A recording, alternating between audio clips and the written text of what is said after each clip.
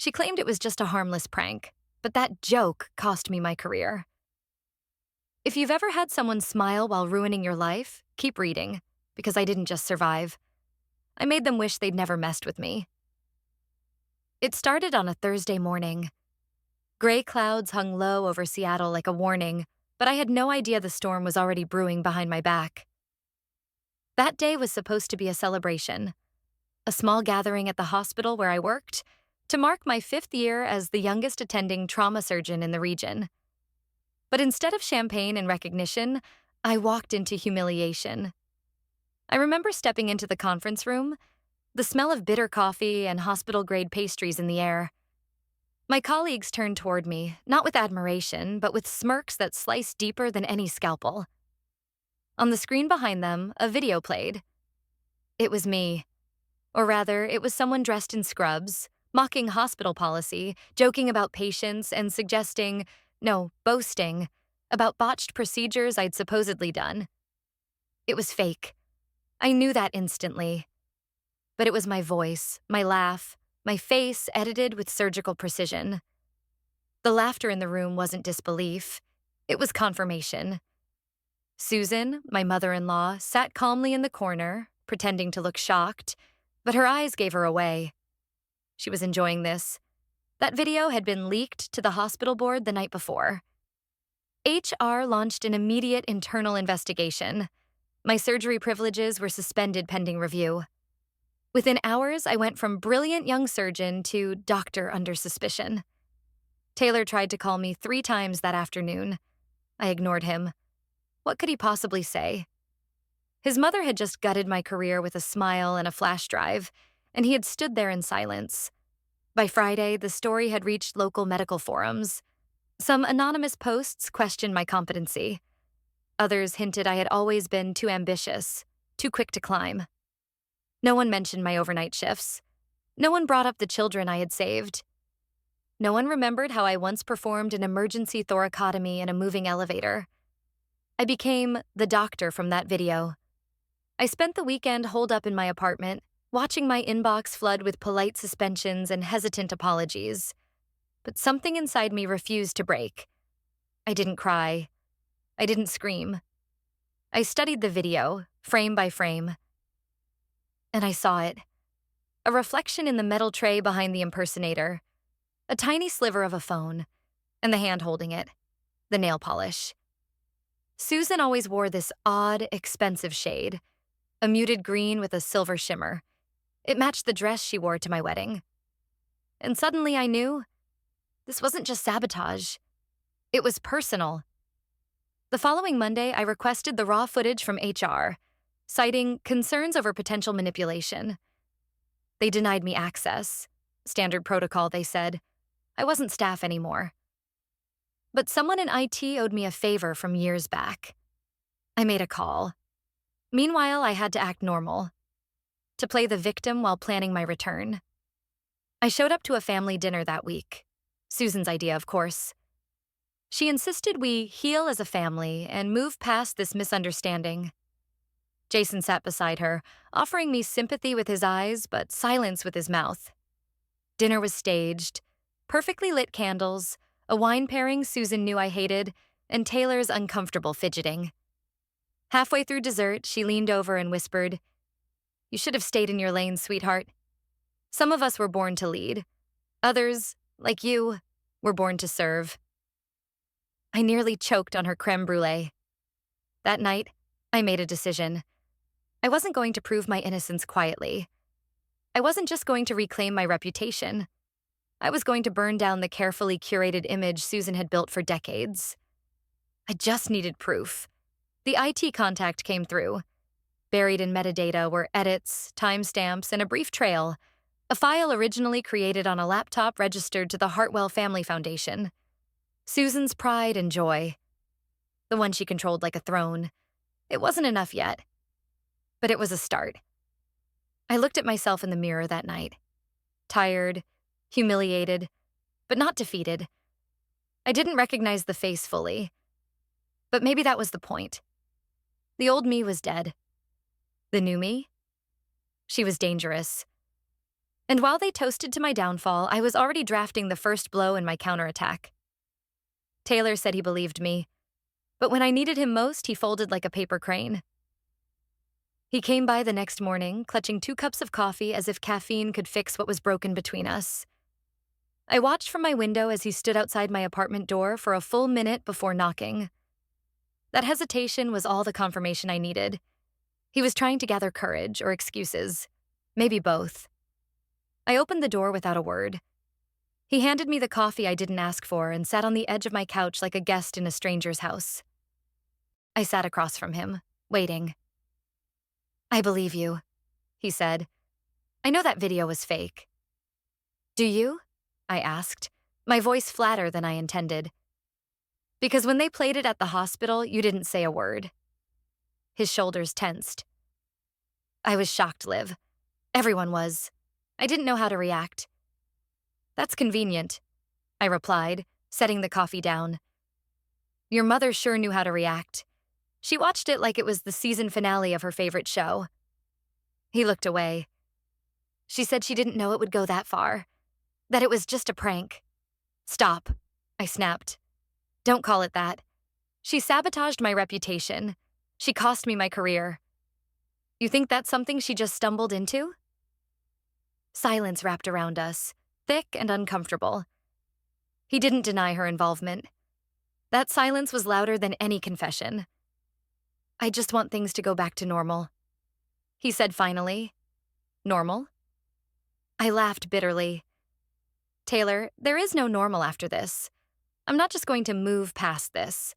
I'm going to prove what she did. And when I do, I need to know whose side you're on."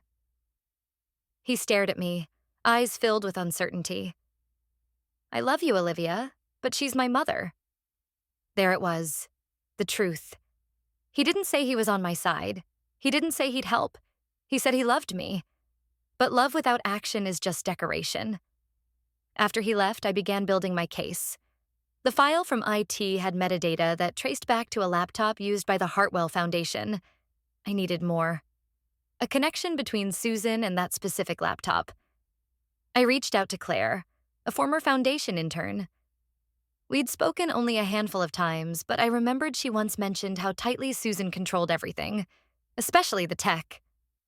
Claire hesitated when I messaged her, but agreed to meet at a quiet tea shop near the marina. "I could get in trouble for even talking to you," Claire said, nervously stirring her chamomile tea. "I just need to know who had access to that laptop," I said. "The one registered under the foundation's main account." She hesitated, then nodded slowly. "Susan. Only Susan. She said there were confidential donor lists, board memos. Even the IT guys weren't allowed to touch it without her permission." That was it. The link I needed.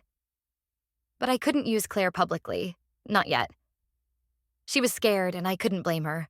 The Hartwells were powerful. They donated to hospitals, sat on museum boards, and sponsored political candidates.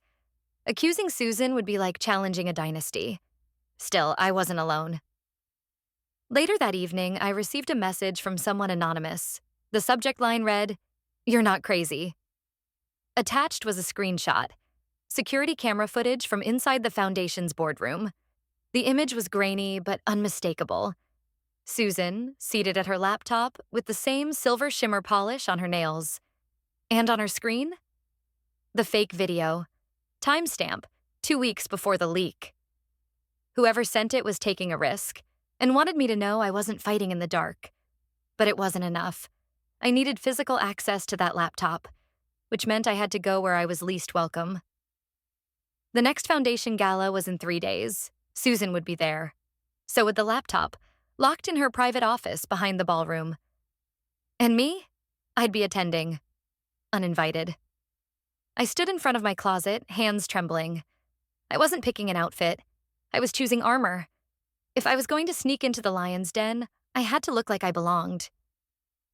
And as I zipped up the dress Susan once called too ambitious for my skin tone, I smiled, because that was exactly the energy I was bringing. I had only one chance to get this right. The Foundation's annual gala was a fortress of social currency, the Hartwell's territory. But tonight, it would be mine. The venue shimmered with wealth. Chandelier light fractured across crystal glasses, champagne flowed like liquid arrogance, and conversations bloomed in curated tones of fake politeness. Everyone here was either trying to get something or protect something. I was here to burn something down. With proof. I moved through the crowd with careful grace, my black satin gown hugging me like a secret weapon. Susan's friends, the ones who once smiled and called me such a sweet girl, gave me tight-lipped nods. They hadn't expected me to show my face. That was the first win. Susan spotted me near the silent auction display. Her expression flickered. Confusion, then fury, quickly masked with a smile. "Olivia," she said, voice sweet with venom. "How brave of you to attend." I tilted my head. "Well, I figured since you love surprises, I'd bring one." Her eyes narrowed. "Be careful what games you play. This isn't your arena." "No," I replied. "It's yours. That's what makes it poetic." She laughed, but her eyes searched mine, looking for weakness. She wouldn't find any. Not tonight. As the Gala orchestra began a slow waltz, I slipped away, careful not to draw attention. I'd studied the venue's floor plans. Susan's private office was through a restricted hallway, guarded by a digital lock and a discreet security staffer named Brent. Luckily, Brent remembered me. "Hey, Olivia," he said as I approached, surprised but not suspicious. "Hi," I whispered. "Can I use the private washroom? The main one's packed." He shrugged. "Sure, just don't stay too long. Ms. Hartwell's pretty protective about that area." Protective. That was putting it mildly. I stepped past him, heels silent on the marble floor. I reached the office door, pulled out the override keycard Claire had mailed me anonymously, and slipped it in. The lock blinked green. Inside, the air was colder. Clinical. Susan's desk was spotless, except for her laptop, charging under a gold desk lamp. I slid into the chair, pulled a USB stick from my clutch, and went to work. I didn't need everything, just enough. Email folders, video project files, metadata logs. I found a folder named trainingmedia_2023. Inside, the fake video, original version, uncompressed. Next to it, a PDF titled Whistleblower Insurance Coverage. Her backup plan? Or her motive? As I downloaded the files, a sudden noise, voices in the hall. "I'm telling you, someone was snooping." I panicked, yanked the USB, slipped it into my heels-hidden pouch, logged out. The door creaked. Susan. She stared at me, arms crossed. "Looking for something?" "Just a mirror," I lied. "I needed a minute."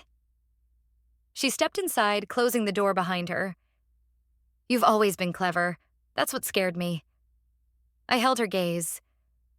"You should be scared now." "Whatever you think you're doing," she said, low and deliberate. "You'll regret it." "No," I said, stepping past her. "I regret trusting you, but that ends tonight." I left her standing there, frozen in her designer heels, fury cracking through her porcelain facade. Back at my apartment, I plugged the USB into a secure laptop. The files were intact. But there was more. An email from Susan to someone named Derek G., a PR consultant known for his discretion. Subject: Leak goes live Friday. Ensure media buys are prepped. She hadn't just destroyed my reputation.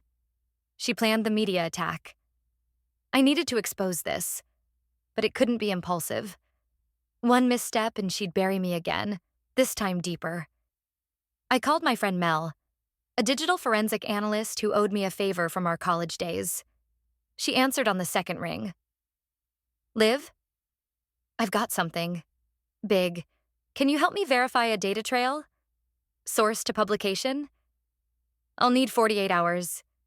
Make it 24. She sighed. "Fine, but you owe me dinner, with dessert." I smiled for the first time that night. Deal. I shut my laptop and looked out the window. The city lights flickered like a promise. By the time Susan realized what I'd taken from her office, I'd already booked a flight to New York, and I wasn't going there to hide. The makeup artist gave me a final dab of powder and whispered, "You've got this." I nodded, barely hearing her. My heartbeat thundered under my ribs like a war drum. I wasn't just about to go on television. I was about to take back my name.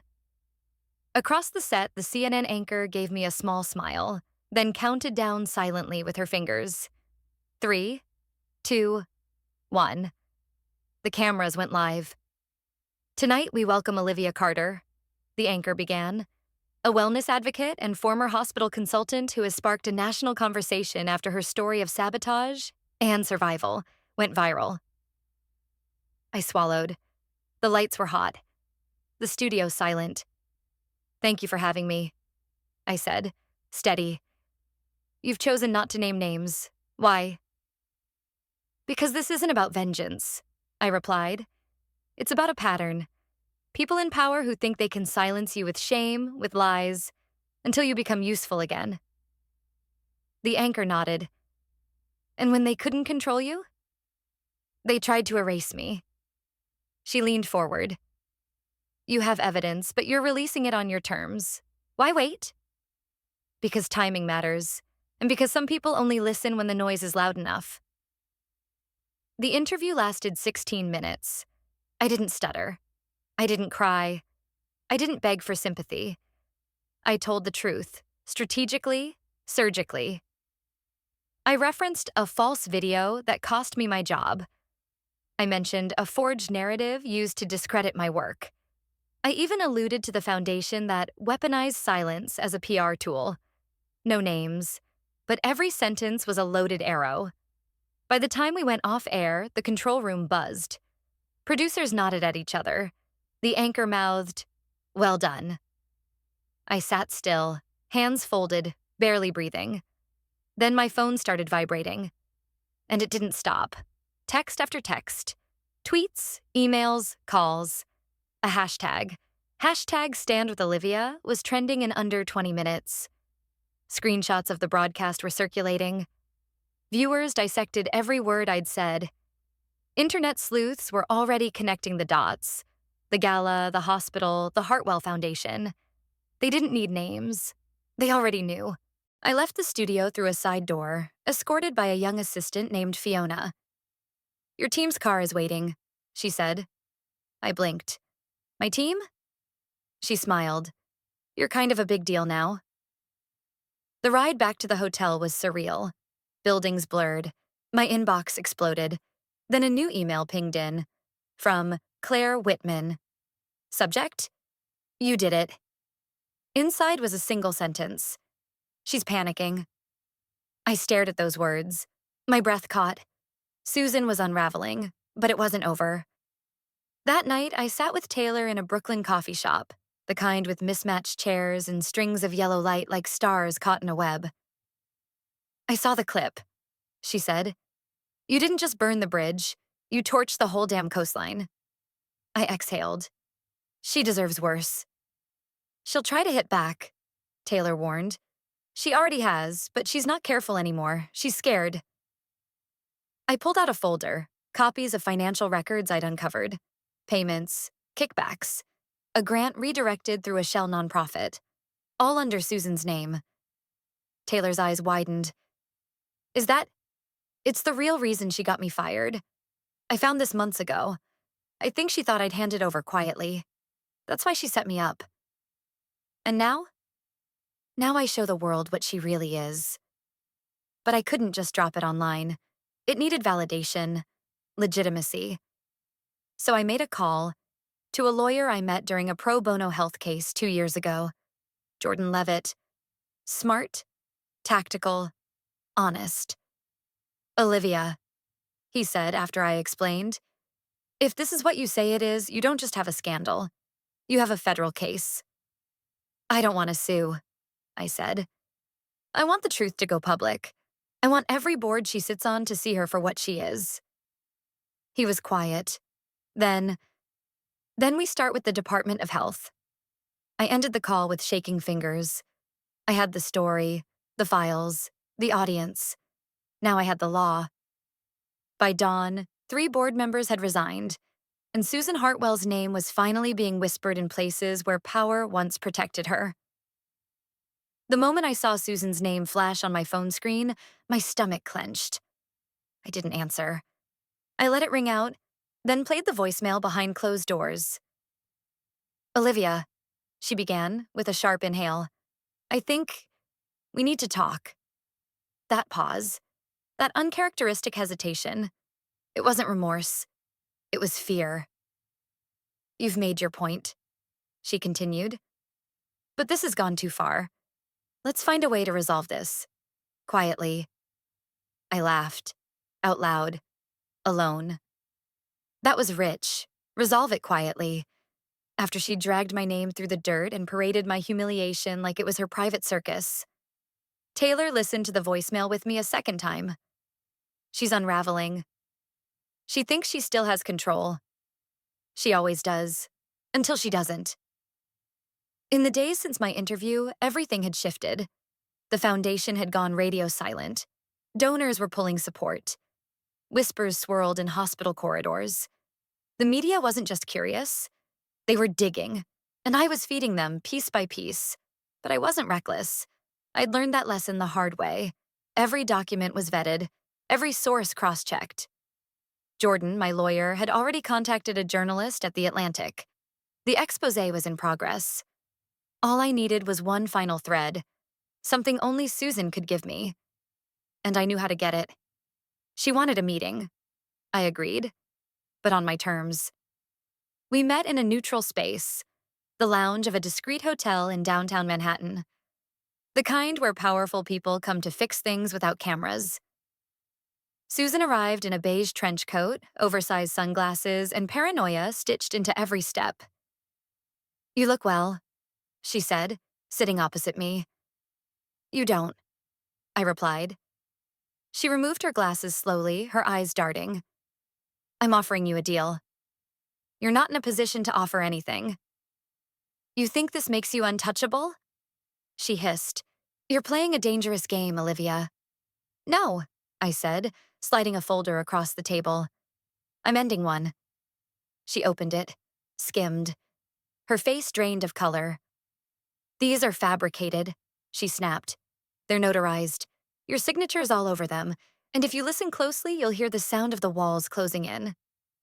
Her fingers trembled just slightly. "I can make this disappear," she whispered. "You already tried. With a fake scandal, with that doctored video, with lies you fed the media. This isn't about clearing my name anymore. It's about burning the lies to the ground." I stood to leave. She grabbed my wrist, surprisingly tight. "Olivia," she said, "if you do this, we both go down." "I already went down," I replied. "Now it's your turn." I walked out, pulse racing. I didn't look back. Jordan was waiting with Taylor outside. "She took the bait," I said. "She'll make a mistake now." That evening, it happened. A private email, sent by Susan, was leaked. In it, she acknowledged potential liabilities and referenced managing Olivia's exit. It was vague, but the timing was damning. Combined with what we had, it painted the perfect storm. The next morning, The Atlantic published the article. The power behind the prank. How a woman was ruined for discovering too much. It didn't name her directly, but the facts? Unmistakable. Reactions were swift. The Foundation's board announced an emergency session. The hospital issued a public statement promising an internal review. And Susan? She disappeared. No interviews, no denials, just gone. But she wasn't gone from my life. Not yet. Because that night, I received a package. No return address. Inside, a USB drive and a note. "This isn't over. S." It felt surreal. Sitting in the green room of CNN's New York studio, my name typed neatly on the dressing room mirror, a makeup artist fluffing my hair while a producer checked her clipboard. Just months ago, I was the subject of workplace gossip and condescending whispers. Now, I was the headline. Taylor squeezed my hand before they called me in. "You ready?" I nodded. heart steady, more than ever. As I stepped onto the soundstage, the lights hit me, bright but not blinding. I faced the anchor with a practiced smile. She introduced me warmly, the segment title behind us glowing, "Silence No More, A Whistleblower's Journey." The interview began gently, then grew bolder. I told the story, not with venom, but with precision.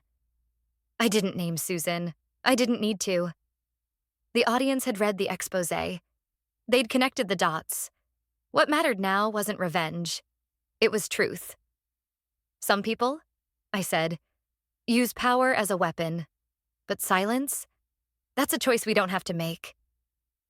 I ended the segment with the same line I'd written on the napkin that night in Seattle, the moment I knew I couldn't stay quiet. Dignity isn't given. It's taken back, one truth at a time. The cameras cut. Applause trickled in from the control room. Backstage, my phone buzzed with messages. Strangers thanking me, women sharing their own stories, journalists requesting follow-ups. But the one message that meant the most was from Jordan. Board has demanded Susan's resignation. Anonymous whistleblower from inside confirmed everything. Well done. I showed it to Taylor. He grinned. Told you, one truth at a time.